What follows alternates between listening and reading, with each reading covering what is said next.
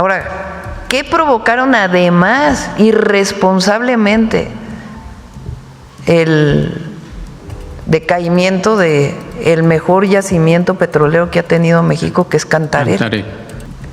Para que pueda salir el petróleo tiene que tener presión. A veces el propio gas que tiene pues le da la presión. Pero cuando acaba esa presión, digamos, del gas asociado, lo que normalmente se hace en el mundo entero es que se inyecta gas para que tenga todavía más presión y salga, digamos, lo que todavía. Bueno, se les ocurrió inyectar nitrógeno. Y ahora tenemos un problema de que el gas está contaminado con nitrógeno. Pésimas decisiones y además. Durante la conferencia matutina, una reportera del diario Reforma cuestionó con insistencia a la presidenta sobre los recientes hechos de violencia en Tamaulipas, la participación del Gabinete de Seguridad y la reforma electoral, desatando momentos tensos en el Salón de Palacio.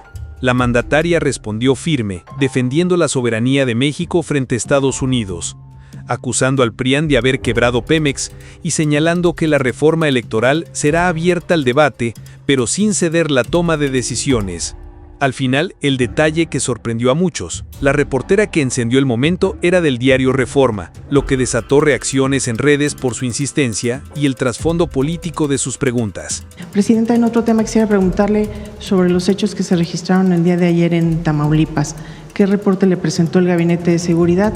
Si todavía participa un representante de la Fiscalía General de la República en esta reunión matutina con usted, ¿qué le comentó sobre los hechos que se registraron? Ya ayer? lo va a informar el Gabinete de Seguridad. Desde el primer momento estuvieron en contacto tanto con la Fiscalía como del Estado de Tamaulipas como con la Fiscalía General de la República y se está apoyando para poder pues hacer justicia en este caso.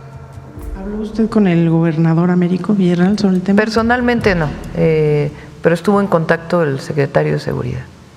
¿Se tiene identificado el grupo criminal que podría ser responsable? El Gabinete de Seguridad lo va a informar. ¿Y sabe usted si está vinculado con el tema del combate al huachicol? El Gabinete de Seguridad. Ok, correcto. También quisiera preguntarle nada más una precisión en el tema de la Comisión para la Reforma Electoral. ¿Se pueden incorporar los consejeros electorales del INE? Pueden participar, más que incorporar. Se va a hacer una consulta amplia. Queremos una reforma electoral, primero que represente al pueblo. Y no es nada más bájale de tanto a los partidos a tanto, sino mucho más profunda. Entonces para eso pues tiene que haber una serie de debates, opiniones, posiciones, y ahí va a haber el espacio para que todos opinen. Ahora que vemos cuáles serán, cómo operará la comisión, vemos que solamente tienen derecho a voz y voto los representantes gubernamentales. ¿Por qué se decidió diseñar así esta instancia y no tal vez de una manera plural en la que también puedan tener voz y voto otros actores? Se va a escuchar a todos. A todos. Pero una cosa es que se les escuche y otra cosa es que se les tome en cuenta. Se va a escuchar a todos y se les va a tomar en cuenta. Por otro lado, Presidenta, en el tema de la... Ahora lo que sí, pues es que no es... ayer lo dije. Hay presidentes del Instituto Federal Electoral que son grandes comentócratas y que fueron quienes fueron los artífices del fraude electoral del 2006. Ahí está Ugalde, para quienes nos escuchan, Luis Carlos Ugalde, 2006, presidente del INE. La gente pedía en las calles voto por voto, casilla por casilla, y se negaron a abrir las casillas. Solo abrieron el 8% de las casillas. Se abre el 8% y se reduce la diferencia entre Andrés Manuel López Obrador y Calderón, y la gente pedía que se abran todas las casillas, que se cuenten de nuevo todos los votos. ¿Qué más democrático que eso? 2006. Se negaron. Pero ahora son paladines de la democracia. Ellos definen, ellos dicen que somos autoritarios. Es un México que no reconocemos. No, ya no es el de los fraudes, no, ese sí ya no. Entonces se va a escuchar, y se va a escuchar no solo a los expertos, se va a escuchar al pueblo, a la gente. Porque sí, México es un país más democrático que el del 2006. Es más democrático que el del 2012.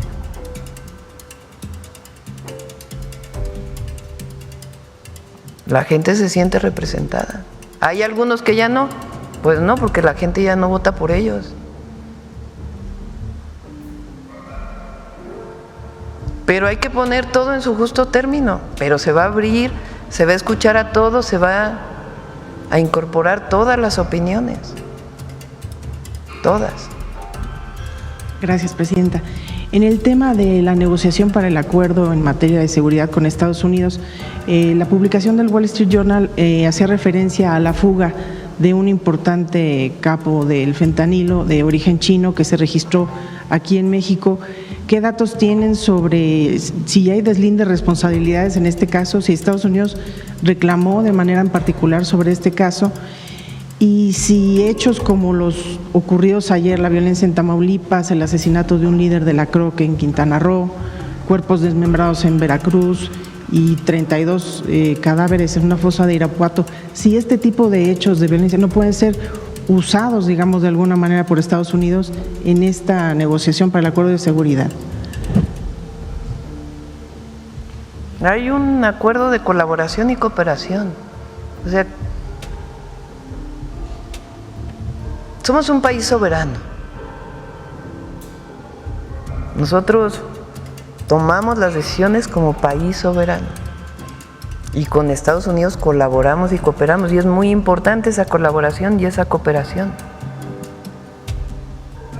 Muy importante. Pero con soberanía. Y hay una estrategia de seguridad.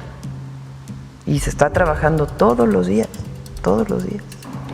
Pero digamos, estos hechos no encarecen la negociación, por llamarlo de alguna manera, ¿no? ¿Por qué? Por la postura.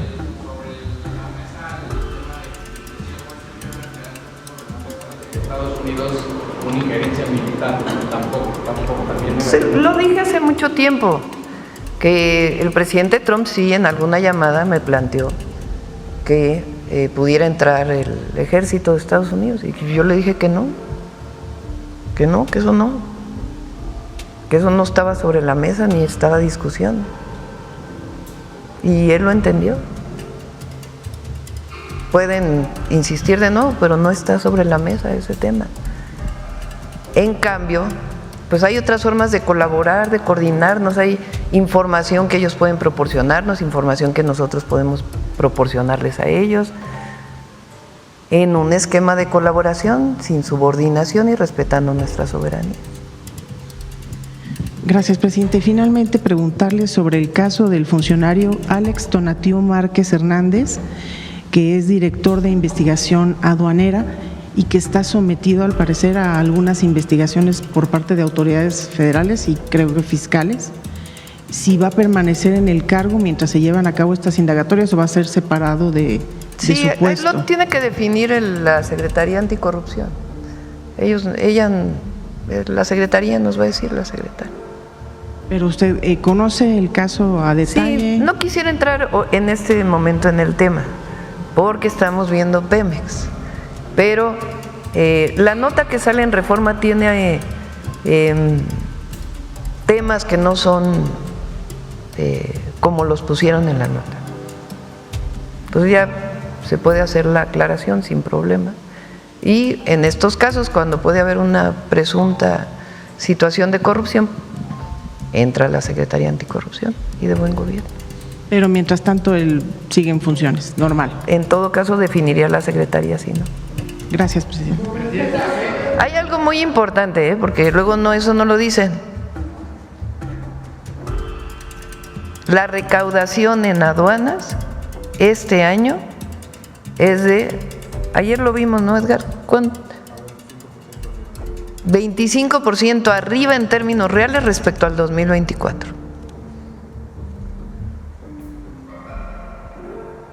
Cerca de más de 100,000 millones de pesos, 120 y tantos mil, 130,000.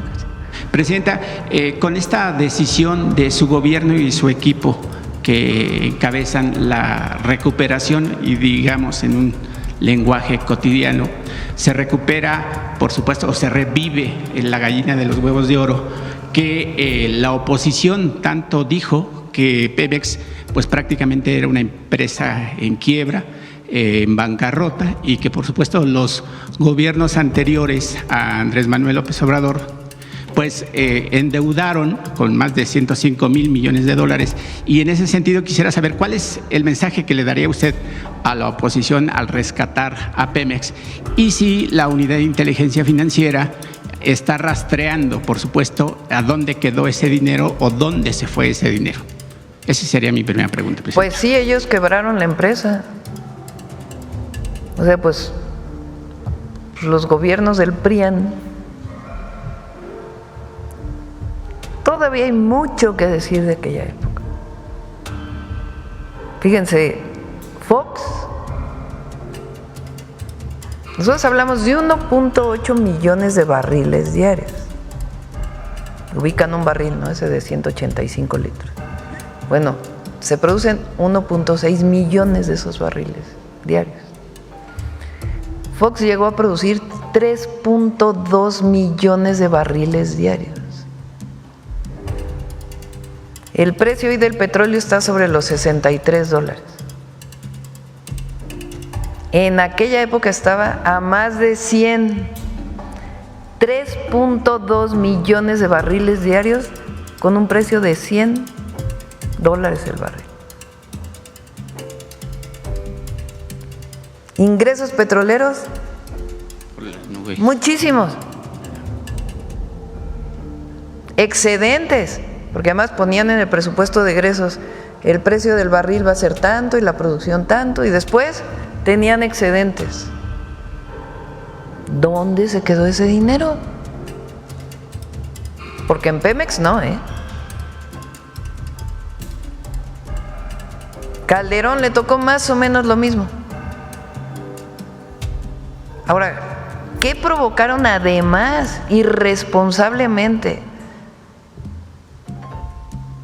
El decaimiento de el mejor yacimiento petrolero que ha tenido México, que es Cantarell. Para que pueda salir el petróleo tiene que tener presión. A veces el propio gas que tiene pues le da la presión.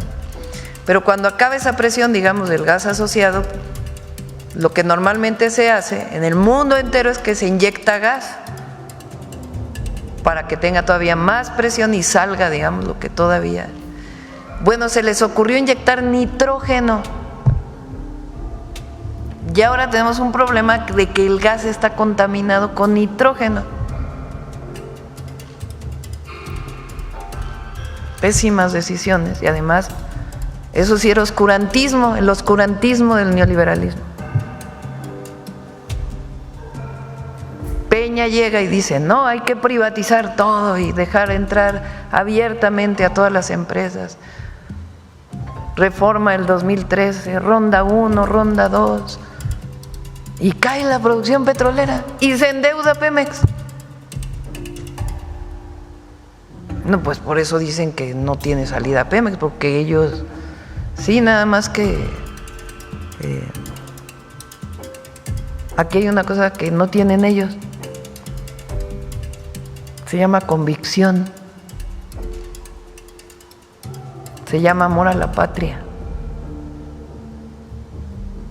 Y se pone toda la inteligencia, conocimiento, decisión, convicción y trabajo para sacar adelante al país y a Pemex. Inició con el presidente López Obrador y ahora le damos un nuevo empuje. Pues si ellos no lo pueden entender, pues imagínense lo que hicieron. Entonces, una vez más, el pueblo de México triunfa. Presidenta, en esta presentación que hicieron sobre Petróleos Mexicanos se hablaba de una estimación de que en el sexenio se iban a producir 1.8 millones de barriles diarios de crudo.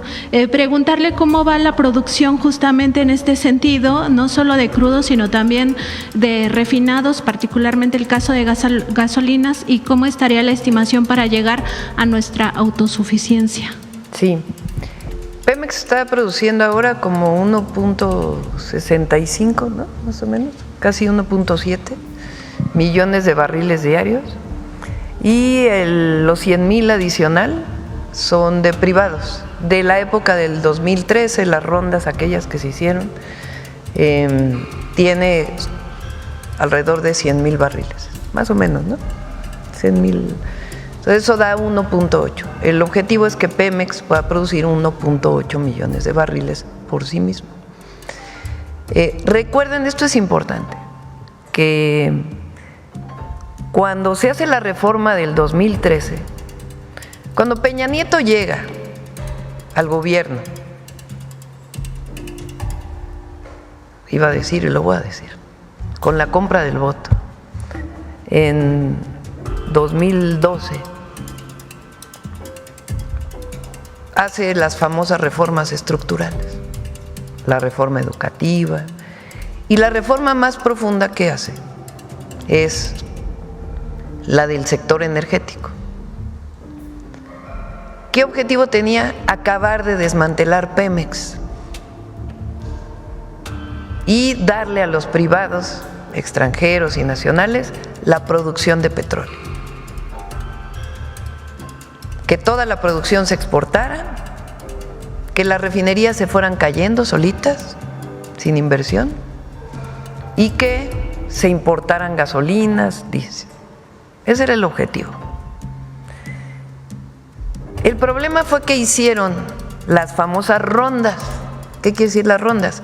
Concursaron bloques territoriales, particularmente del Golfo de México, y algunos en tierra. Pemex dijo, concursa igual que los privados, no tiene preponderancia, ni por ser empresa pública. Se licitan en rondas. ¿Cuántas rondas se hicieron, Víctor? 4 con diferentes. ¿Y qué pasó? Sí, ganaron algunos esas rondas por bloques establecidos, nada más que no trabajaron, no explotaron. Ocuparon eso como reservas para poder subir sus acciones en las bolsas internacionales. Muy pocas empresas petroleras decidieron invertir, extranjeras. Una de ellas, por ejemplo, es una australiana, ¿no? La de Trion, Woodside. Esa empresa sí está trabajando junto con Pemex. Pero la mayoría, entonces, ni los privados, ni Pemex. Y entonces fue cayendo la producción de petróleo en México. El objetivo de la reforma petrolera, dicho así tal cual, es que Pemex produjera, o México produjera, 3 millones de barriles de petróleo diarios. Al mismo tiempo tenían un discurso de descarbonización y de disminución de emisiones, con una producción supuestamente de 3 millones de barriles. Bueno, cierran el 2018 con una producción de casi 1.4. Y los privados pues prácticamente no produjeron. Entonces, llega el presidente López Obrador y dice, vamos a recuperar Pemex, vamos a recuperar la producción. Y la producción llega a casi 1.8 millones de barriles en el 2024. Hace la refinería Dos Bocas, la refinería Olmeca, hace proyectos de coquizadoras en la refinería de Salina Cruz y en la de Tula, y aumenta la producción de petróleo y mejora la producción de gasolinas. Y hace un planteamiento, que ya Pemex no exporte, sino que todo lo que produzca sea para el mercado nacional. Cuando llegamos nosotros, hay algunas situaciones y hoy estamos en casi 1.7 y vamos a llegar a 1.8 con este esquema que estamos planteando. Hasta ahí, 1.8. El crecimiento adicional de la energía en nuestro país, la idea es que sea con fuentes renovables de energía. Y nosotros en Pemex 1.8.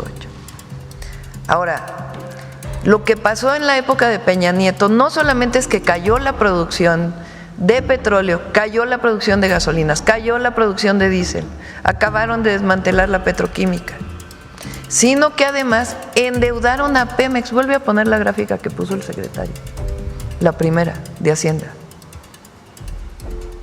Es increíble. Apuestan por la producción privada, no les sale. Desmantelan a Pemex, cada vez producen menos y le endeudan cada vez más. No les salían las cuentas y endeudaban. Entonces, fíjense ustedes, de 2012,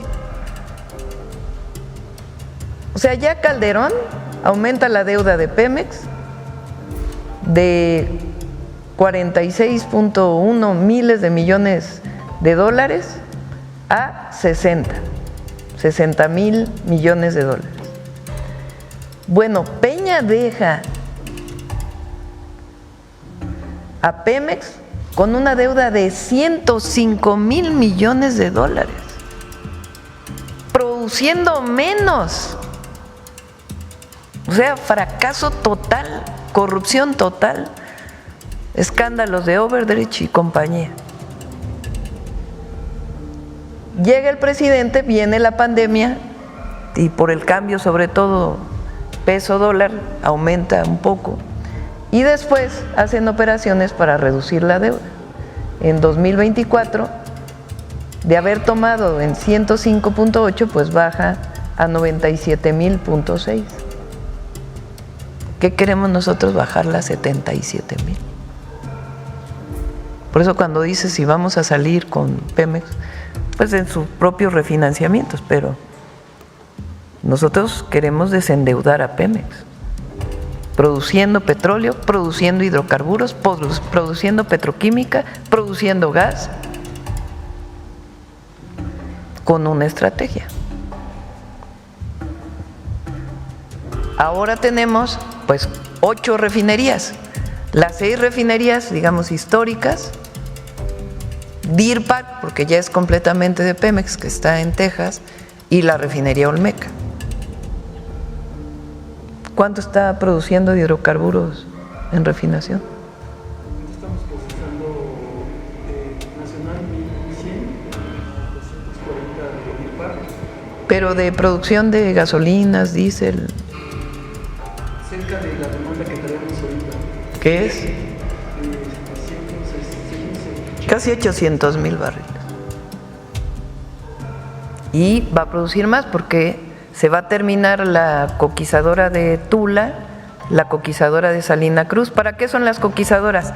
Para que se produzca menos combustóleo, que es un combustible muy pesado, y se produzca más gasolina y diésel. Entonces seguimos con la visión de que la producción de petróleo sea para la producción nacional.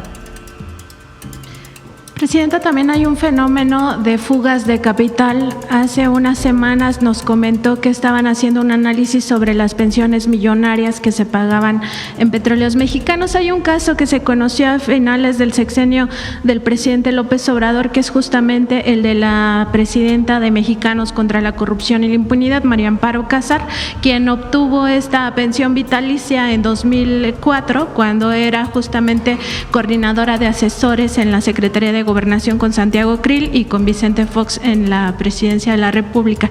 Preguntar cómo va ese análisis, si lo van a presentar pronto. Ya lo tenemos, pero no lo quisimos presentar hoy, porque si no todos se van a ir con las pensiones millonarias de Pemex. Lo vamos a presentar después, ya está hecho el análisis. Son un número importante de pensiones, que son que ganan más que la presidenta, nada más de pensionados. Entonces, pero ya lo vamos a presentar después, ya la próxima semana, ya lo he presentado, para que hoy nos ayuden a comunicar pues esto que nos tiene muy entusiasmada. Bueno, a mí me tiene muy entusiasmada, realmente, porque es darle continuidad a lo que inició el presidente López Obrador, pero es avanzar todavía más y es recuperar pues a Pemex como la empresa nacional que es, como la empresa del pueblo de México. El otro asunto de fugas de capital tiene que ver con el huachicol. Preguntar cómo va justamente el combate a la ordeña de ductos de Petróleos Mexicanos. También desde el sexenio pasado se hizo un esfuerzo muy importante para detener este delito y sabemos que en su gobierno pues se ha apretado todavía más la tuerca, no solo al huachicol fiscal, sino también a la ordeña de ductos. A ver si hay algunas cifras. Sí, en algunas zonas del país incluso ya ha aumentado la venta de Pemex por el trabajo que se ha estado haciendo para disminuir al máximo el huachicol. Y la inversión que se va a hacer en logística tiene que ver con eso, con pues evitar, prevenir que se haga este huachicol directo en los ductos. Y la otra pues es el huachicol fiscal que se llama, que son las importaciones ilegales de combustible, que también se está trabajando mucho. Luz Helena coordina un grupo de trabajo donde se van a hacer muchas nuevas reglas, normas que le dan trazabilidad. Eso quiere decir que barril de petróleo que se importa, barril que sabemos en qué gasolinera termina. Y no ahora que todavía tenemos problemas para darle ese seguimiento.